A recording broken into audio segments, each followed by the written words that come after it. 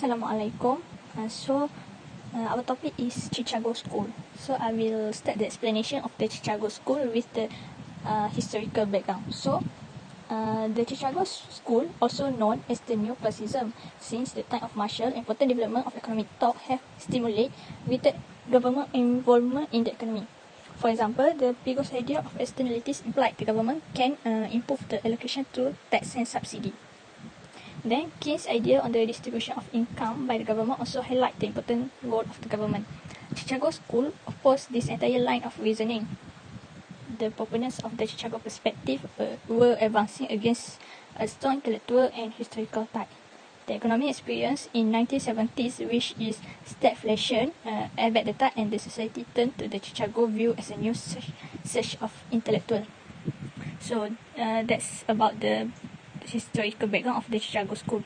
So we continue to the 5 major tenets of the Chichago School. So the first one is optimizing behavior. The people stress the neoclassical principle that people attempt to maximize their well-being. They engage in optimizing behavior at the time of their decision. Basic economy unit is the individual. Individual combined into large unit which are family, political interest group, business organization as a way to achieve gains from specialization and exchange. Benefit and costs are uncertain. People make rational choices, although such choices do not always produce the result expected. So, to reduce the uncertainty, the decision maker sees information equals the marginal cost of obtaining it. Then we continue to the second, is observe prices and wages. Prices and wages in general tend to be good approximation of their long-run competitive one. Price and wages reflect opportunity cost to society at the margin. Divergences between actual and competitive price caused by monopoly or monopsony are in general inconsequential. Monopoly prices persist in the long run only in instances where government blocks competitive entry. Even in those instances, competition will eventually generate new products and technologies that will dominate monopoly's position. Then number 3 is mathematical orientation. They will rely heavily on mathematical theories using both the Marshallian partial equilibrium method and the second one is valuation general equilibrium approach. Empirical verification is stressed but sometimes left to others. Number 4 is rejection of Keynesism. The economy is self-adjusting and regulating with minor fluctuation being self-limiting. Changes in the money stock cause direct changes in the nominal GDP rather than operating exclusively to financial interest rate. Fiscal policy is generally ineffective unless accompanied by changes in the money supply, and even in the latter case, is important in the presence of rational expectation. The theory of sellers or cost-push inflation is erroneous because inflation is always and everywhere a monetary phenomenon. So the last one, number 5, is limited government. Government is inherently inefficient as an agent for achieve objective that can be satisfied through private exchange. Government officials have their own objective that they seek to optimize and therefore inevitably devote a portion of the resources at their disposal to purpose other than those that benefit taxpayers. Rather than being in the public interest, government regulation normally benefits those who seek the regulation or those who learn to marshal it to their private advantage. So that's all 5 major tenets of the Chichago School. Assalamualaikum warahmatullahi wabarakatuh. Nama saya Nurul Afidah binti Din, nombor matrik 254708. Saya akan membentangkan mengenai Milton Friedman.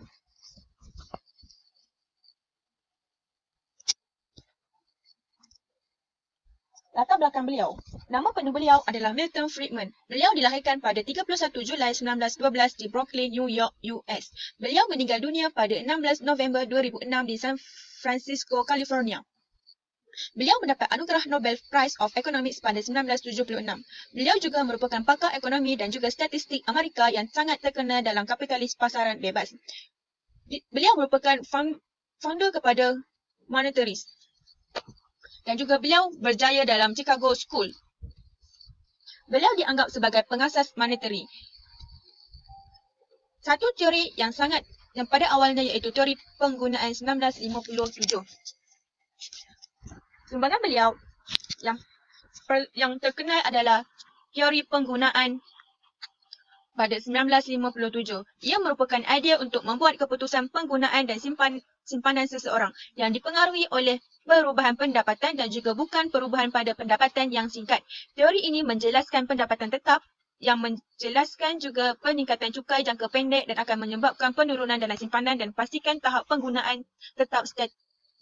Case mengembangkan teorinya yang mempunyai idea yang berbeza. Disebut oleh monetarist, Friedman mengatakan bahawa perubahan penawaran wang kesan jangka masa pendek dan jangka masa panjang terutamanya penawaran wang menyebabkan peningkatan dan penurunan kepada harga. Fungsi penggunaan linear dalam model Keynes iaitu C = A plus tambah dengan B Y D. Pendapatan boleh guna iaitu C atau penggunaan bila pendapatan kosong. Bagi terms B, dorongan yang dipengaruhi oleh tahap pendapatan. Secara general, tiada hubungan antara C dan juga YD. Kecenderungan marginal meningkatkan C akibat penghasilan boleh guna tambahan. Parameter ini positif. Phillips curve. Phillips curve hubungan di mana inflasi dan juga pengangguran adalah stabil dan baik. Apabila pertumbuhan ekonomi menyebabkan inflasi, disebabkan oleh inflasi yang menyebabkan lebih banyak peluang pekerjaan dan juga pengangguran akan berkurang.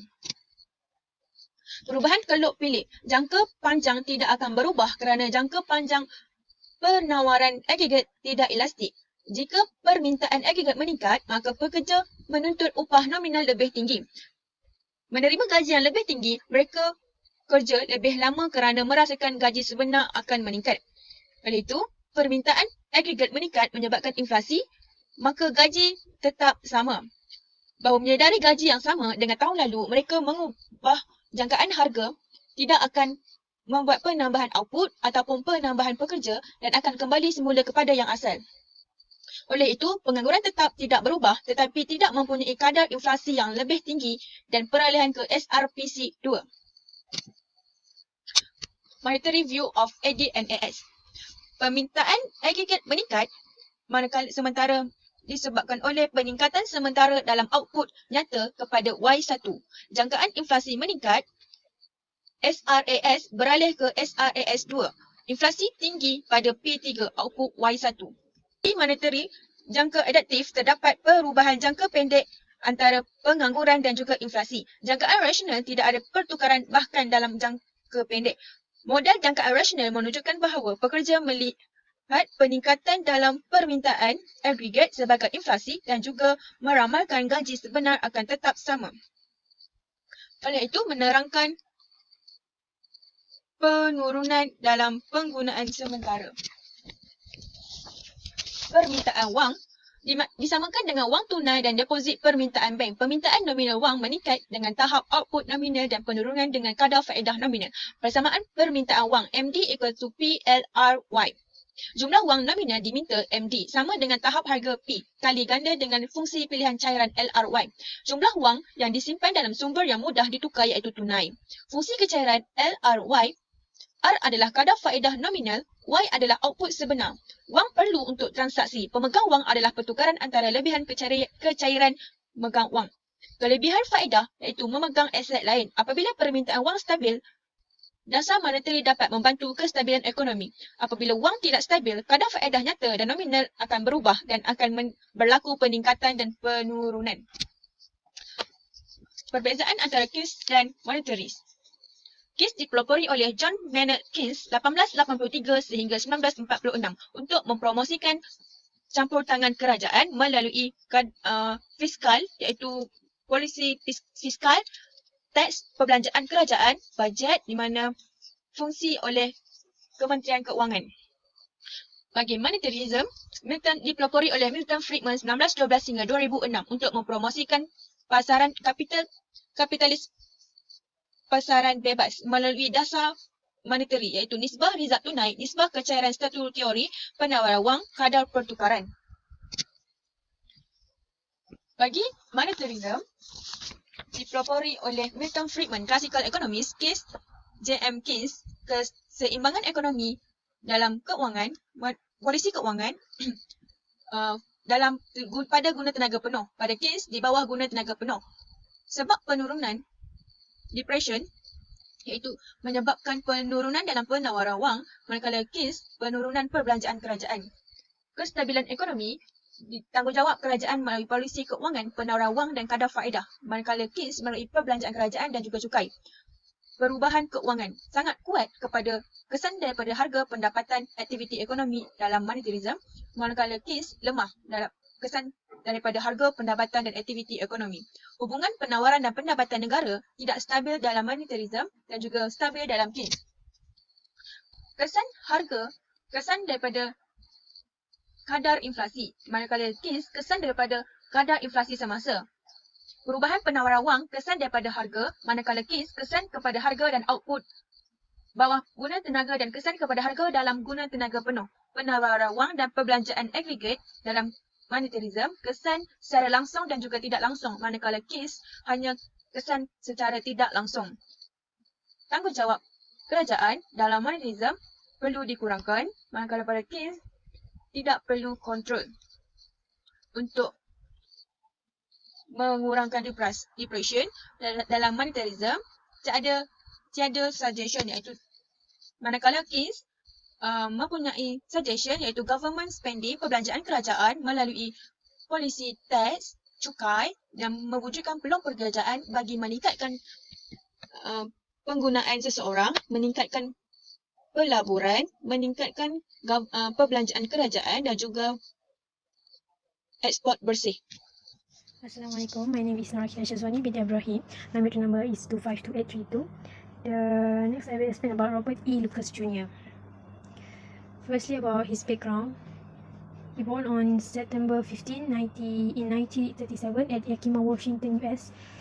His institution, Carnegie Mellon University, University of Chicago. His school or traditional, which are neoclassical macroeconomics. His alma mater at University of Chicago, BA, MA, and PhD in University of California, Berkeley. His contributions are about rational expectation, Lucas critique, and behavioral economics. Next, about rational expectation. Lucas is well known for his investigations into the implications of the assumption of the rational expectation theory. Lucas in 1972 incorporates the idea of rational expectations into a dynamic general equilibrium model. The edges in Lucas models are rational based on the available information. They form expectations about future prices and quantities, and based on these expectations, they act to maximize their expected lifetime utility. He also provided sound theory fundamental to Milton Friedman and Edmund Phillips' view of the long-run neutrality of money, and provide an explanation of the correlation between output and inflation, depicted by the Phillips curve. Next, about Lucas' critique. In 1976, Lucas challenged the foundations of macroeconomic theory, which are previously dominated by the Keynesian economics approach. He arguing that a macroeconomic model should be built as an aggregate version of microeconomic models. While noting that aggregation in the theoretical sense may not be possible within a given model, he developed the Lucas critique of economic policy making, which holds that relationship that appear to hold in the economy, that led to the development of new classical microeconomics and the drive towards microeconomic foundations for macroeconomic theory. The basic idea predates Lucas. Contribution-related ideas are expressed as Campbell's law and Goodhart's law. But in a 1976 paper, Lucas drove to the point that this simple notion invalidated policy advice based on conclusions drawn from large-scale macroeconomic models. And his other contributions, Lucas developed a theory of supply that suggests people can be tricked by unsystematic monetary policy, the Uzawa-Lucas model, with Hirofumi Uzawa, of human capital accumulation. He also developed the Lucas paradox, which considers why more capital does not flow from developed countries to developing countries. Lucas in 1988 is a seminal contribution in the economic development and growth literature. Lucas and Paul Romer heralded the birth of endogenous growth theory and the resurgence of research on economic growth in the late 1980s and the 1990s. He also contributed foundational contributions to behavioral economics and provided the intellectual foundation for the understanding of deviations from the law of one price based on the irrationality of investor.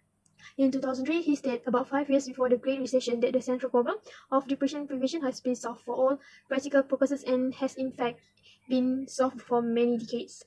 Thank you. Next, my friends will continue. Okey, seterusnya kita pergi kepada George Stingler. Okey, tengok biodata dia atau background dia. Nama penuh dia George Joseph Stingler. Dia merupakan pemimpin ataupun leader kepada Chicago School of Economics. Dia dilahirkan pada 17 Januari 1911 dekat Seattle, Washington dan meninggal pada 1 Disember 1991 di Chicago. Dia mendapat award Nobel Memorial Prize in Economic Science pada 1982 dan National Medal of Science pada 1987. Stingler ni terkenal dalam membangunkan teori ekonomi, jadi teori peraturan dalam pembangunan ekonomi. Okay. The most important sumbangan yang paling penting yang kita nak bincang adalah pasal the economic of information ni. Dalam the economic of information, J. Stingler ni mengaplikasikan konsep Lemons dalam the economic of information ni.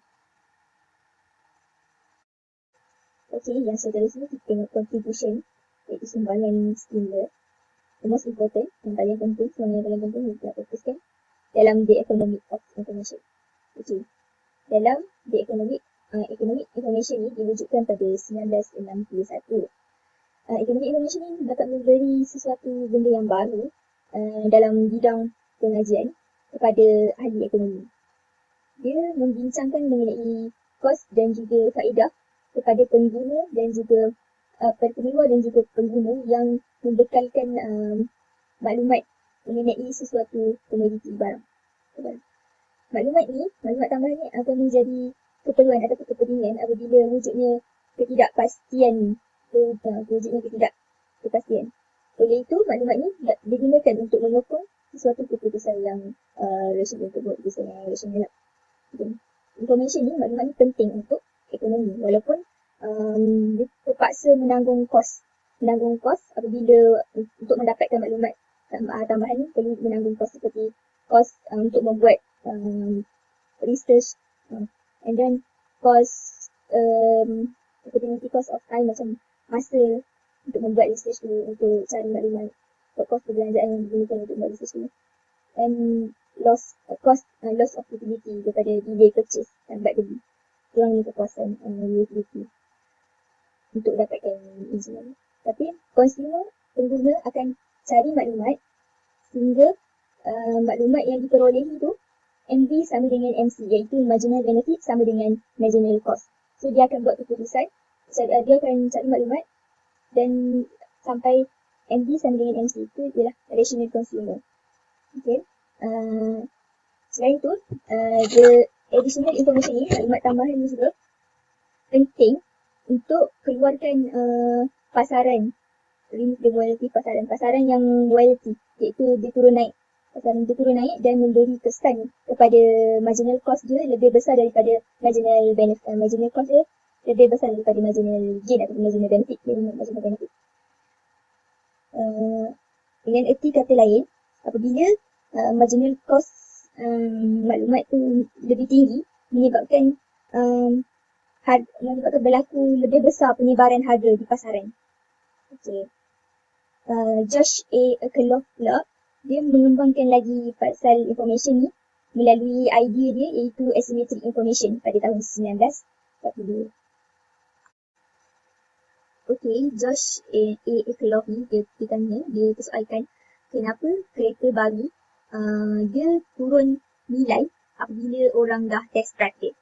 Jadi menurut dia juga, menurut Josh Akerlof ni, disebabkan oleh pengguna kereta yang penjual kereta terpakai ni mempunyai maklumat tentang keadaan kereta yang terpakai tersebut nak dibandingkan dengan buyer yang nak beli kereta tu. Jadi information yang dia dapat tu jadi masalah, wujudnya masalah information not asymmetrical on the side. Iaitu dia ada dapat maklumat yang lain daripada antara satu sama lain, dapat maklumat yang berbeza-beza. Contoh buyer dapat maklumat lain, seller dapat maklumat lain. Yang kedua disebabkan oleh buyer, pembeli ni kurangnya maklumat mengenai kereta yang dah dipakai. Ini wujudnya masalah adverse selection problems, di mana Bila seller je yang ada information tersebut, buyer tak ada information tu. Dan hal ini akan memberi kesan kepada owner of defective card ataupun layman sehingga iaitu owner kepada kereta terpakai yang nak jual kereta dia, tapi walaupun dekat pasaran dah ada kereta yang sama dan juga tahun keluaran yang sama, tetapi dia tidak boleh jual disebabkan oleh buyer ni dah ada bad information ataupun maklumat yang tanggapan yang buruk dekat kereta terpakai ni. Contohnya yang beranggapan kereta yang terpakai ni, kualiti kereta terpakai ni lebih rendah daripada kereta yang dikeluarkan tapi bukan untuk dijual. Jadi buyer bila buyer dah ada bad info pasal kereta terpakai ni dan menyatakan bahawa kereta terpakai ni ada poor kualiti yang rendah, menyebabkan demand kepada kereta yang dah dipakai ni berkurang. So bila demand berkurang, automatik price dia pun berkurang, walaupun tak semua kereta yang dah dipakai ni mempunyai kualiti yang rendah. Okay, oleh itu benda ni akan memberi efek lah kepada seller yang nak jual kereta terpakai tapi masih dalam keadaan yang elok lagi untuk dijual. Disebabkan oleh buyer ni, bila buyer ni dah ada bank macam dia jadi macam susah dia nak jual kereta yang dia dipakai, even kereta tu elok lagi. Okay.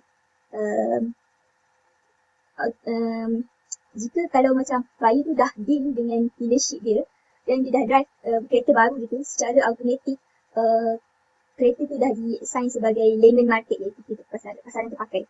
Walaupun kereta tu masih dalam perfect condition, dalam keadaan yang elok lagi, kualiti dia tinggi lagi, tapi dia still dianggap layman terpakai.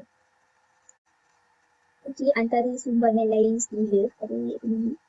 Okey, contoh pertama, dalam The Theory of Oligopoly pada tahun 1964, Stingler ni merupakan ahli ekonomi yang pertama yang menerangkan bagaimana ahli ekonomi menggunakan ilmu pengetahuan dan juga statistik untuk mempengaruhi sesuatu tingkah laku.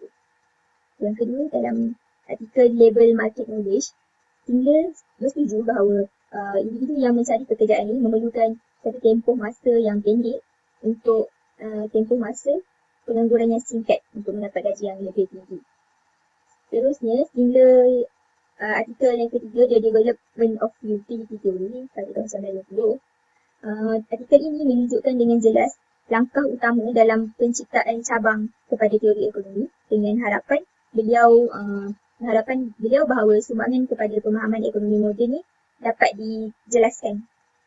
Yang seterusnya, Stingler juga menganalisis Smith punya research dalam The Success of and Failure of Professor Smith pada tahun 1976.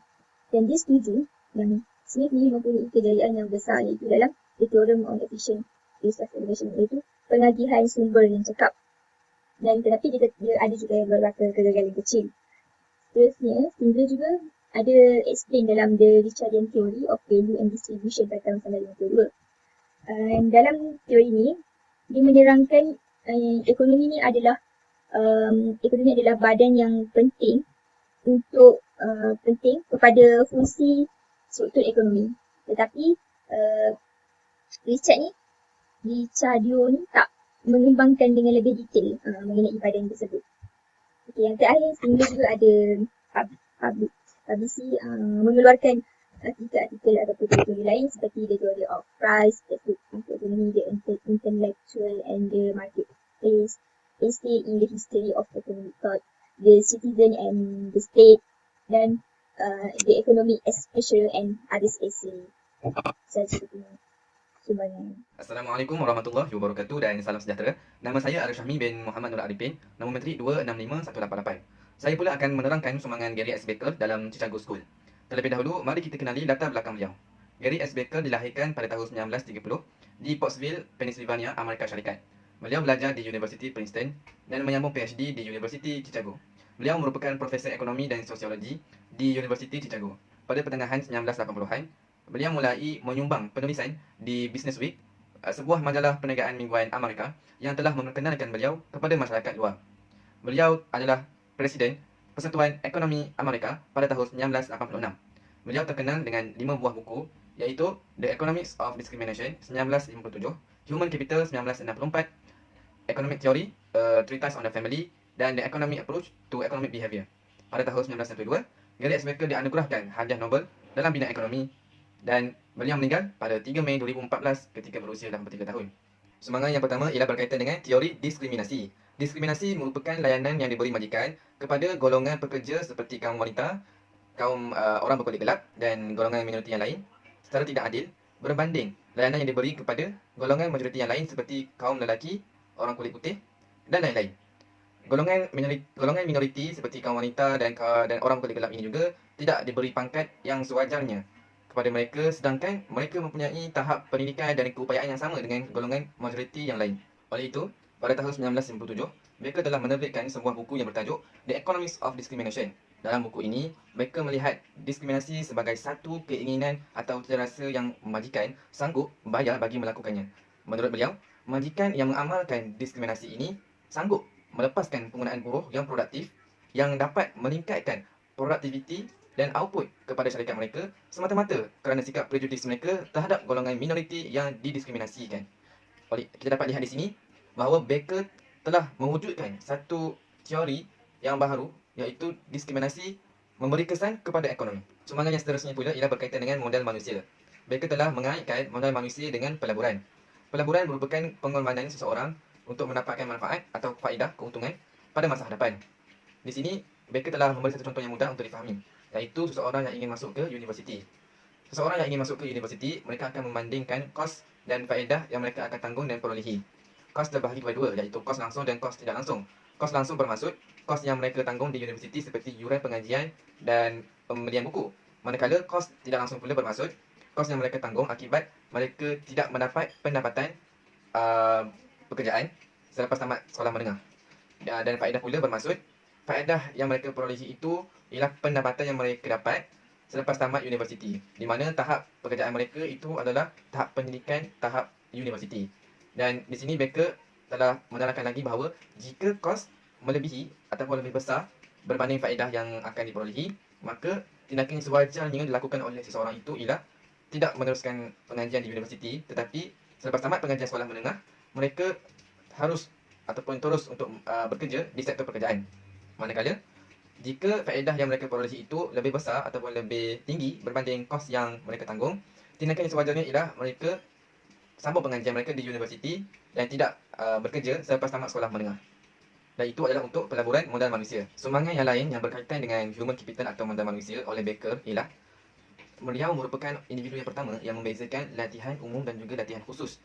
Latihan umum ialah latihan ataupun kemahiran yang diperolehi oleh seseorang pekerja yang dapat bukan sahaja memberi faedah kepada firma yang sedang mereka duduki, tetapi juga kepada firma-firma lain yang berada di pasaran. Sebagai contoh ialah kemahiran berkomunikasi dan kemahiran komputer. Kemahiran seperti ini bukan sahaja dapat diaplikasikan di firma yang mereka sedang duduki, tetapi juga jika mereka berpindah ke firma lain, mereka dapat menggunakan kemahiran ataupun latihan ini untuk meningkatkan produktiviti syarikat lain atau firma yang lain. Dan manakala untuk latihan khusus ini pula ialah latihan ataupun kemahiran yang diperolehi oleh seseorang pekerja hanya fokus kepada sesuatu skop kerja. Sebagai contoh, pengendalian mesin.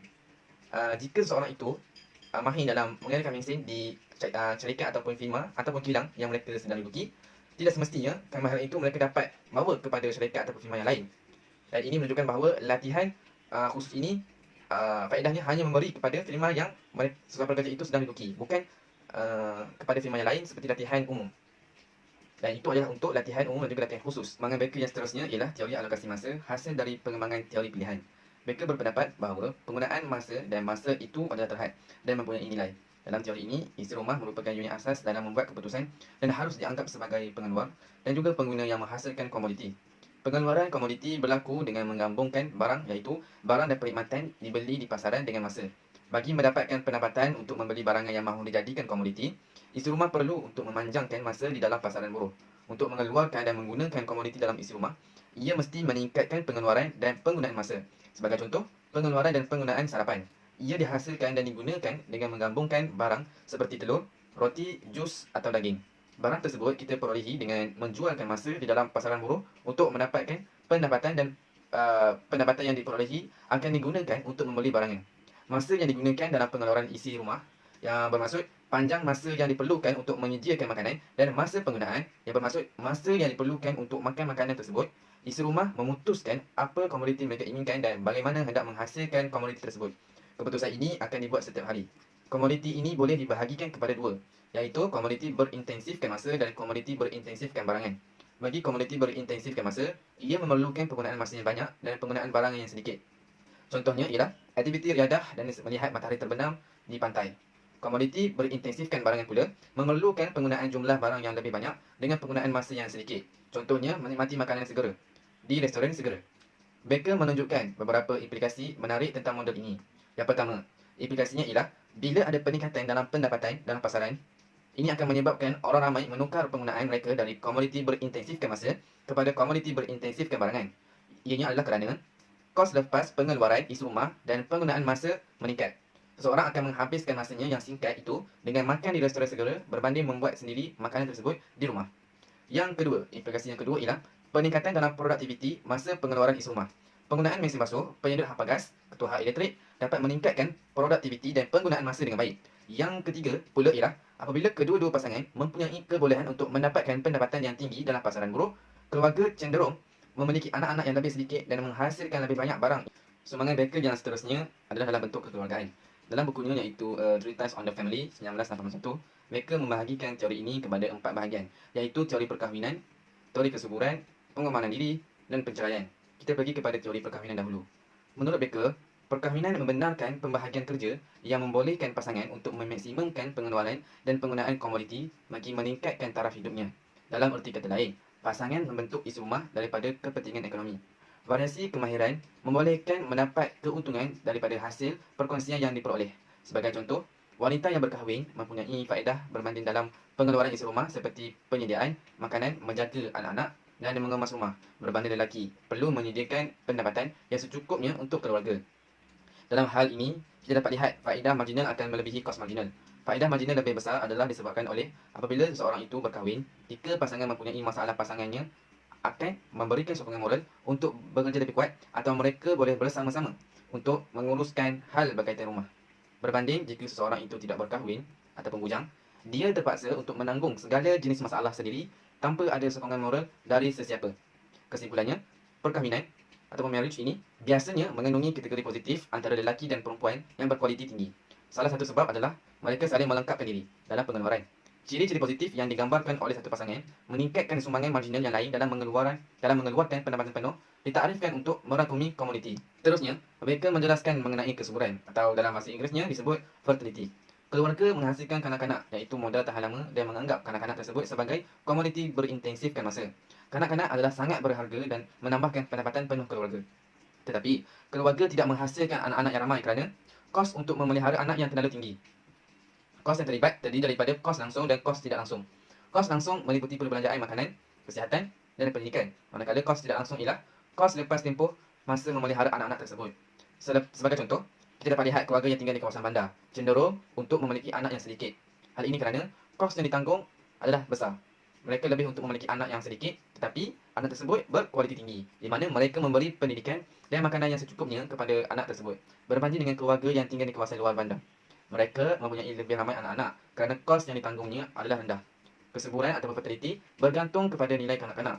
Pendapatan ibu bapa dan ibu bapa melihat keseimbangan antara kuantiti kanak-kanak dan kualiti mereka. Kesimpulannya, walaupun pada asalnya kita lihat kos marginal yang ditanggung oleh ibu bapa melebihi faedah marginal, tetapi apabila anak-anak meningkat dewasa, kos marginal ini akan menyamai faedah marginal. Kerana apa? Kerana kegembiraan ibu bapa yang melihat anak-anak yang dah sudah dewasa dan melanjutkan pelajarannya di peringkat universiti akan meningkatkan faedah marginal. Seterusnya, akan menyamai kos marginal yang terpaksa ditanggung pada masa yang lalu. Itu adalah untuk fertility, teori fertility oleh Baker. Seterusnya pula, Baker juga memperkenalkan teori altruism ataupun pengorbanan diri. Pengorbanan diri merupakan aspek yang penting dalam kekeluargaan. Ia boleh dikaitkan dengan utility atau kepuasan. Seorang individu bersifat tidak mementingkan diri apabila utilitinya atau kepuasannya meningkat kerana pendekatan utility individu lain. Altruism ini dapat menyelesaikan sifat mementingkan diri sendiri. Contohnya, di dalam sebuah keluarga, ayah yang mencari pendapatan dan pendapatan yang ayah perolehi itu akan berkurangan kerana diagihkan kepada isteri dan anak-anak. Dalam hal ini, kita dapat lihat kos marginal ayah akan lebih besar daripada faedah marginal. Walaupun kos marginal ayah lebih besar, tetapi apabila ayah melihat kegembiraan dan keharmonian yang lahir dalam keluarganya, faedah marginal akan meningkat dan selari dengan kos marginal. Yang terakhir pula ialah berkaitan penceraian. Mereka berpendapat bahawa pasangan yang berkahwin perlu mencari maklumat yang berkaitan dengan pasangannya.